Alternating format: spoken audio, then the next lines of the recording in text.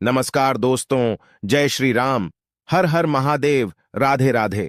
ससुराल में राज करने के लिए ही जन्म लेती हैं ये चार नाम वाली लड़कियां। क्या आपका भी नाम है? इनमें जानिए। इस वीडियो में इसके साथ हम जानेंगे भगवान श्री कृष्ण द्वारा बताए गए कुछ ऐसे वास्तु नियमों के बारे में जो अगर आपके घर में भी अपना लिया जाए तो घर से सभी वास्तु दोष दूर होते हैं। तो पूरी जानकारी के लिए इस वीडियो को अंत तक जरूर देखिएगा। दोस्तों, सच्ची श्रद्धा से जरूर लिखें हर हर महादेव, जय श्री राम।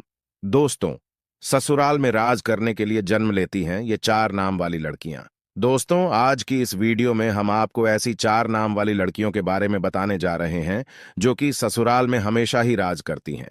इनके भाग्य में हमेशा से ही राजपाट, सुख, संपत्ति, धन, दौलत, रुतबा, पैसा सब होता है। तो कौन सी है वो चार नाम वाली लड़कियां? आइए इस वीडियो के माध्यम से जान लेते हैं। लेकिन उससे पहले हम जानेंगे कुछ ऐसे महत्वपूर्ण वास्तु के नियम के बारे में जो स्वयं भगवान श्री कृष्ण ने युधिष्ठिर को बताए थे। तो दोस्तों, चलते हैं और सुनते हैं गुरुजी से कि वो क्या कहते हैं इसके बारे में। दोस्तों, जिन घरों में भी महिलाएं इन नियमों का पालन करती हैं तो ऐसे घर में सदा ही मां लक्ष्मी का वास होता है और ऐसे घर में सुख शांति, परिवार के सदस्यों के बीच प्रेम सदा ही बना रहता है। इसलिए आप भी वास्तुशास्त्र के इन महत्वपूर्ण नियमों का पालन अवश्य ही करें।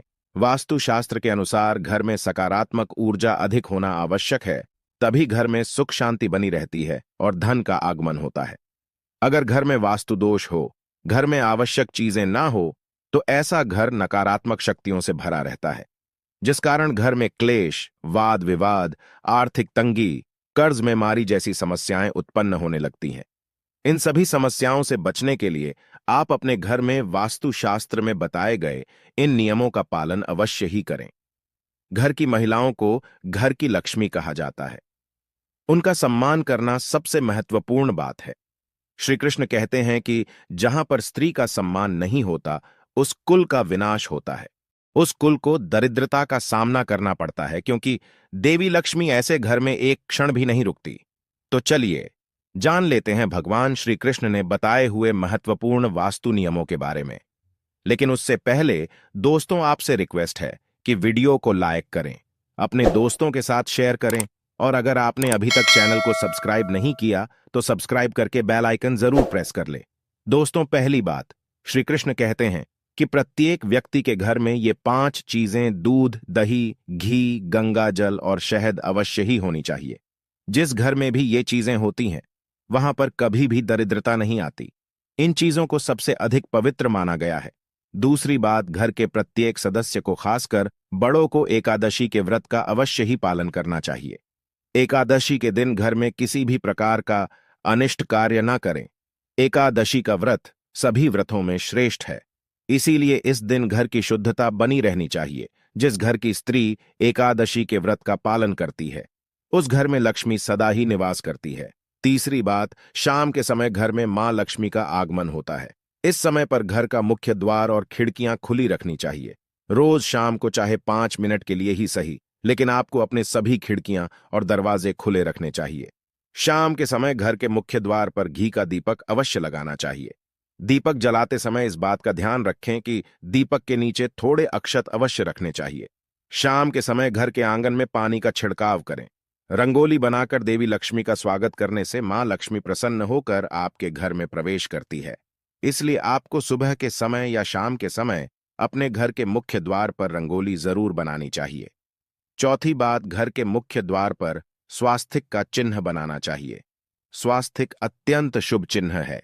यह घर को बुरी नजर से बचाता है तथा घर में नकारात्मक शक्तियां प्रवेश नहीं कर पाती। पांचवी बात, हफ्ते में एक बार नमक के पानी से घर में पोछा लगाना चाहिए। नमक नकारात्मक शक्तियों को सोख लेता है और घर का वातावरण पवित्र करता है। स्नान करते समय भी पानी में थोड़ा सा नमक मिलाकर स्नान करना चाहिए, इससे तन की शुद्धि होती है। छठी बात, रोजाना चींटियों को शक्कर मिला हुआ आटा डालना चाहिए, इससे व्यक्ति की कुंडली के दोष दूर होते हैं। सातवीं बात, कुलदेवी अथवा कुलदेवता के बाद के दिन घर में उनके नाम का दीपक लगाना चाहिए।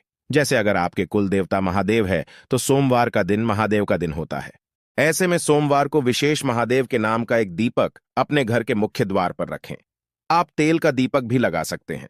महादेव आपके घर पर अपनी विशेष कृपा बरसाएंगे।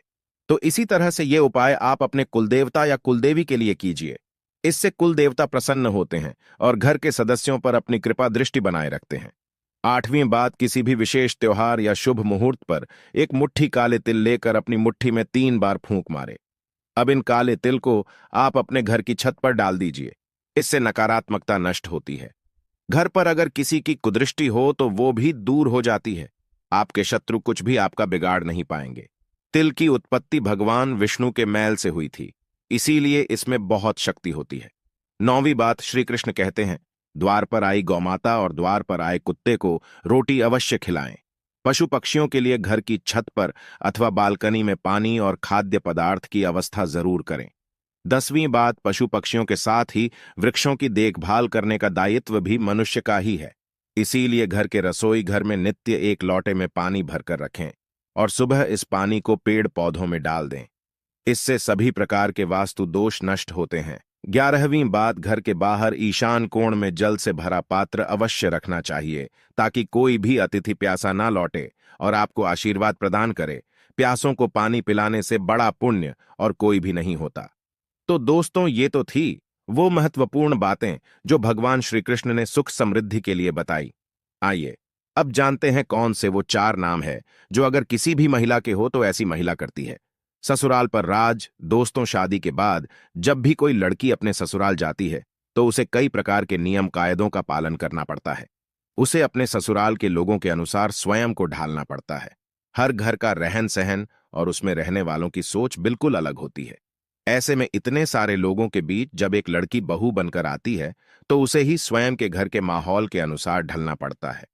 हालांकि सभी लड़कियां ऐसा नहीं करती, बल्कि कुछ लड़कियां तो इतनी माहिर होती हैं कि ससुराल जाकर बाकी सबका रहन सहन ही बदल देती है और खुद अपनी चलाकर घर पर राज करती है। दोस्तों, ससुराल जाकर सब कुछ अपने हाथों में कर लेना भी एक कला है जो सब में नहीं होती। ऐसे में आज हम आपको इस वीडियो के माध्यम से उन 4 नाम वाली लड़कियों के बारे में बताने जा रहे हैं जो कि अपने ससुराल पर राज करने के लिए ही जानी जाती है। दोस्तों, इन लड़कियों में कुछ ऐसी खास बातें होती हैं जिसके कारण ससुराल में सिर्फ इनकी ही चलती है और ये अपने हुनर के चलते घर को बहुत अच्छे से संभालती भी है। दोस्तों, ए नाम वाली लड़कियां, जी हां दोस्तों, ए नाम वाली लड़कियां बहुत ही चालाक होती हैं। इन्हें दूसरे लोगों का दिल जीतना या उनसे अपनी बात मनवाना बहुत अच्छे तरीके से आता है। ये जब अपने ससुराल जाती है तो अपनी मीठी मीठी बातों से सबको अपनी ओर कर लेती है। इसके बाद हर कोई इन्हीं की प्रशंसा करता है और इनके खिलाफ भी नहीं जाता। दोस्तों, इनकी ये कला इन्हें ससुराल में सबका फेवरेट बना देती है और ये वहां आराम से राज करती है। नंबर 2, एच वाली लड़कियां। एच नाम वाली लड़कियां भी बहुत ही हुनरमंद होती हैं। ये अपने हुनर से ससुराल वालों को खुश कर देती है। इनकी खूबियों को ससुराल के लोग भी नजरअंदाज नहीं कर पाते। इस प्रकार सबके मन में इनके लिए इज्जत बनी रहती है। इनके घर में आने से ससुराल वालों का सीना गर्व से चौड़ा हो जाता है। इसी कारण एच नाम वाली लड़कियां भी अपने ससुराल पर सम्मान के साथ राज करती है। नंबर 3, एन वाली लड़कियां भी दूसरे लोगों के दिमाग को बदलना अच्छे से जानती है कि अपनी बातों से किसी भी मनुष्य की सोच बदल सकती है। ये जब ससुराल जाती है तो स्वयं को वहां के लोगों के अनुसार नहीं डालती, बल्कि वहां के लोगों को अपने जैसा बना देती है। इन्हें जीवन में बदलाव पसंद होता है। ऐसे में अपने ससुराल में भी ये कई बदलाव करती है।